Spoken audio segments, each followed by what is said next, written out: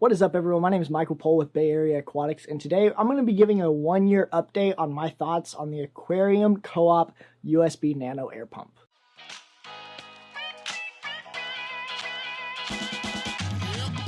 So I've actually been running these USB air pumps for probably closer to a year and a half, if not a little bit longer. My last video came out in March of 2019. It is currently July of 2020, and when I put that video out in March, I had been using them for a couple of months before that. So this is probably more like a year and a half, but I'm going to call it a year just for easy, typing and because I'm lazy.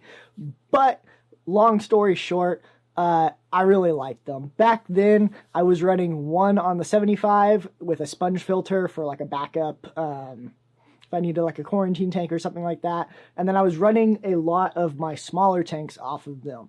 Now, all of my smaller tanks are still ran off of these USB air pumps, but the big change that I've done recently is my 75 gallon is now running completely off of these USB air pumps. So I have 3 of them.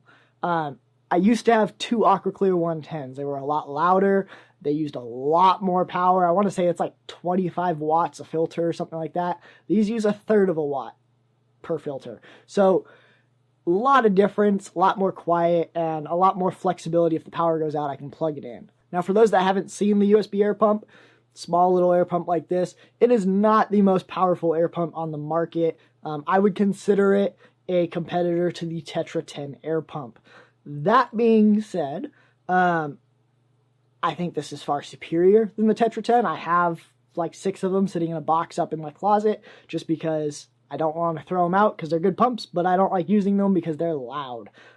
This puts out just slightly less air, yet it's still a better pump. The other great thing about this USB air pump, it comes in at $8.99 on aquariumcoop.com at the time of this filming. Now, a couple of quick disclosures. I am a brand ambassador with Aquarium Co-op. They sent me, we'll call it this one. They sent me one recently, and then I think they sent me one last year, but I'm not positive. That being said, I own like 25 of these, and I've bought 95% of them. Probably more than that, actually. I've given these away. I've lost them. I use them. I have 1, 2, 3, 4, 5, 6, 7, 8, 9, 10, 11. 11 actively running on tanks. I keep like 5 or 6 on hand for my breeder boxes so that I have the option to use them. I run my breeder boxes off of these. And then I keep just a couple of extras in case I need to set up an oddball tank or whatever. So like I said, I'm a big fan of these. And I use them quite a bit. And I spent a lot of money on these. Now, one of the big changes from this pump that they made over the year ago is I guess some people were having problems with their old power connector, which was just this little single USB kind of iPhone style power connector. And so they've upgraded it to this one, which is a little bit bigger, but it has 2 USB ports. So you can actually run 2 pumps off of this one plug, which is nice. I never had an issue with the old style. That being said, I also didn't use the old style unless I was doing like just a single pump. So like on my hallway killifish tank, I still am using the old one. The beta tank here, I was using the old one up until like an hour ago. I swapped it out for one of the dual ones just because I like having the extra USB nearby. And then on the ones in my breeding rack and on the 75 gallon, they're actually, the 75 gallons are now being ran off of these just because I wanted to try them. But the 4 tanks below my 75 gallon, I actually bought some like 3 USB plug adapters on Amazon a while back when they were still doing just the single USB plugs. And I've been running them off of that, no problem. Haven't had an issue.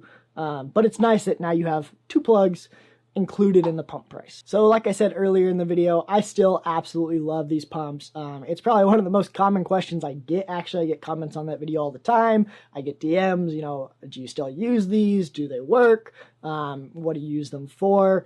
I use these for pretty much everything. Now, I don't think they're advised to run for big tanks like this, but the reason I decided to go for it is, one, all of my tanks are in my bedroom, or most of my tanks are in my bedroom, at least with the exception of like the hallway tank and my office tank and then my ponds. Every other tank is in my bedroom.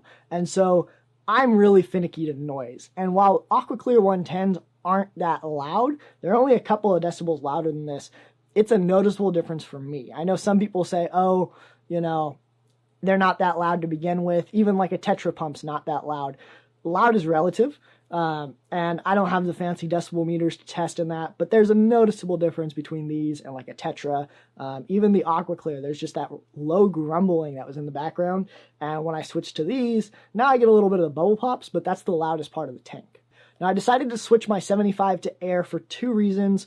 One, well done tanks.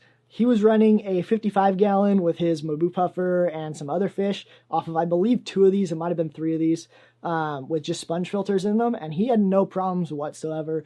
And then as I've been going around and touring wholesalers and fish rooms and breeding facilities and that, I've noticed a lot of the tanks, some of them are moving a lot of water. So they're changing, 30, 40% daily. I get that. But a lot of the tanks are not doing that, and they're running very slow air, just whether it's from the clogged sponge or just the system's old, and the fish are having no problems. I'm not saying it's the best situation, but they were having no problems. And so I figured running 3 of these air pumps on my 75. I've got a Aquarium Co-op large sponge filter in the center here, and then I've got 2 Lee's box filters, the large size with Zis air stones in them on the corners, and it plenty of filtration for my 75, and I've been running that for 3 months now on my 75, and all my other tanks have been on these USB air pumps for well over a year. So I don't want to keep repeating myself because I feel like I'm just doing that, but long story short, air pumps, USB Nano air pumps, Aquarium Co-op, buy them. They're worth it. They still work a year later. Still love these things. Like I said, I own personally like 20, I'm trying to think. I swear I own like 25 or 26 of them. Pretty much anytime I'm ordering from the co-op, I throw at least one in. I've had some friends that order from the co-op, and they're like, hey, do you need anything while I'm ordering so we can, share shipping? And I'll be like, yeah, throw in, 2 or 3 air pumps. And I've lost a couple. I've given several away. I really, really do like these things, and definitely worth the buy in my opinion. So let me know in the comments down below, do you have a USB Nano air pump and do you like it? Let me know what you use it for, what tanks you're running it on, what filters it's powering, and all that stuff. I'm always curious to see what you guys are doing in your tanks as well. If you liked the video, give it a thumbs up. If you didn't, you know what to do. If you're new here, be sure to hit the subscribe button and hit the bell notification so you get notified every time I upload a video. As always, thanks for watching, and I'll see you guys next time.